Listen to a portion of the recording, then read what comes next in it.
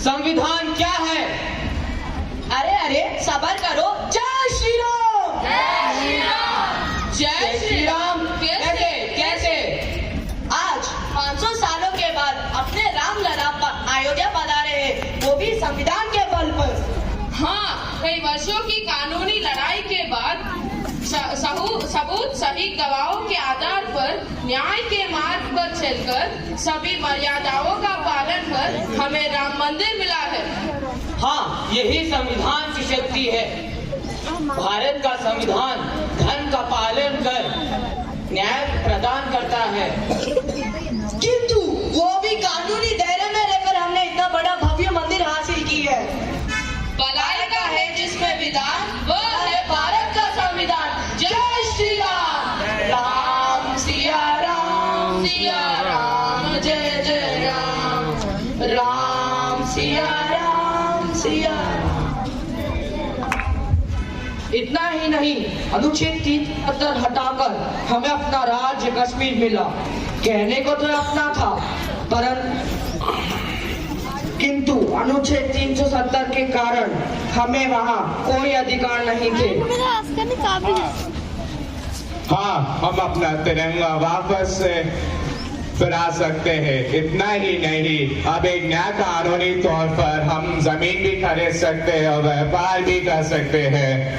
अब वहाँ पर केवल एक ही देश की नागरिकता का अधिकार है, वह है भारत देश की नागरिकता। जय हिंद।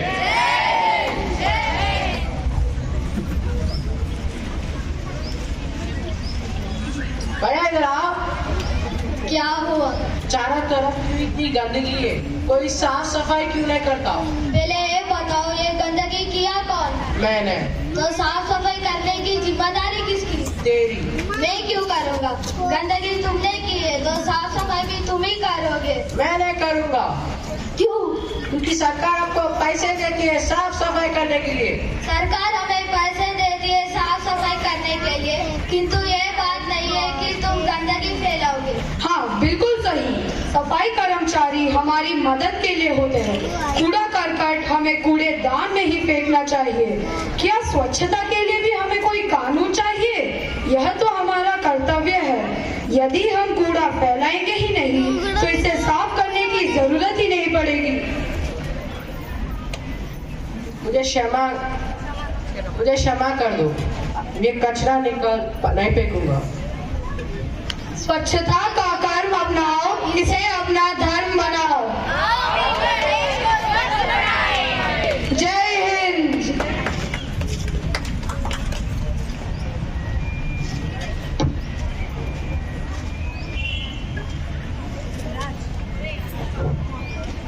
ये तुम क्या कर रही हो?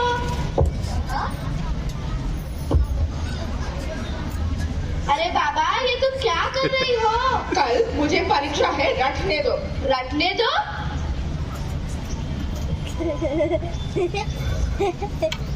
क्या ये परीक्षा रटे बिना नहीं हो सकती? क्या संविधान में भी शिक्षा के लिए कानून है? हाँ, है ना। यह शिक्षा प्रणाली अनुच्छेद 14 से 15 के धारा के अनुसार पूरे भारत में छात्रों के लिए समान अवसर सुनिश्चित करा गया है। इससे पहले हमारे देश में प्राचीन शिक्षा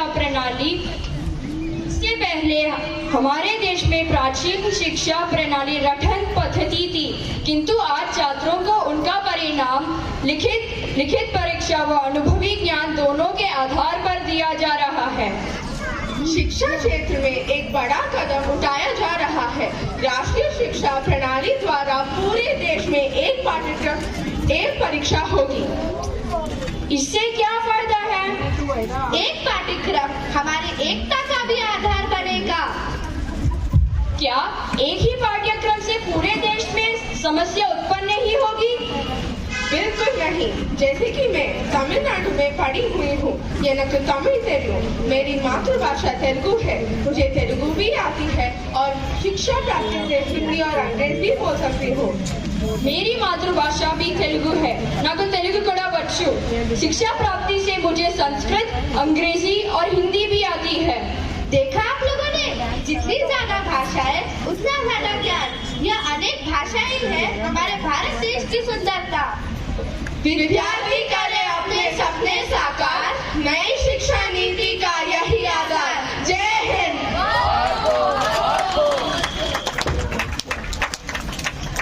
हमारे संविधान की सबसे बड़ी जीत तो सुनिए।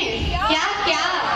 महिला आरक्षण। ये पूरे विश्व में किसी भी देश ने महिलाओं का स्थान आरक्षित नहीं किया है। केवल भारत ही एकमात्र देश है। हाँ, महिला आरक्षण बिल यह सुनिश्चित करता है कि संसद में आधी आबादी पर्याप्त प्रतिनिधित्व हो, पर हमारे भारत देश में महिला आरक्षण बिल राजनीतिक क्षेत्र में महिलाओं की भागीदारी से यह सुनिश्चित होगा कि वे महिलाओं की मुद्दों को प्रतिग्रहणशील हो, सशक्त और रोल मॉडल बने। हाँ, हमारे देश में 33% महिलाओं को आरक्षित किया गया है। पर क्या 33% आरक्षण का कोई फायदा होगा? क्यों नहीं? यदि हम चाहें तो क्यों नहीं होगा? कानून का सदुपयोग करना ही तो हमारा कर्तव्य है। बिल्कुल सही। संविधान सुविधा प्रदान करता है, सुविधा का उपयोग हमें करना चाहिए।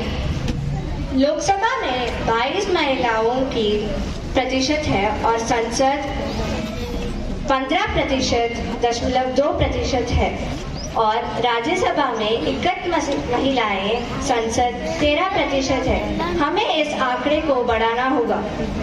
हमें अपने इस अधिकार का उपयोग चुनाव क्षेत्र, प्रशासनिक अधिकारी विभाग, सैन्य विभाग, शिक्षा क्षेत्र और अन्य नौकरियों को का लाभ उठाकर पूरा करना चाहिए।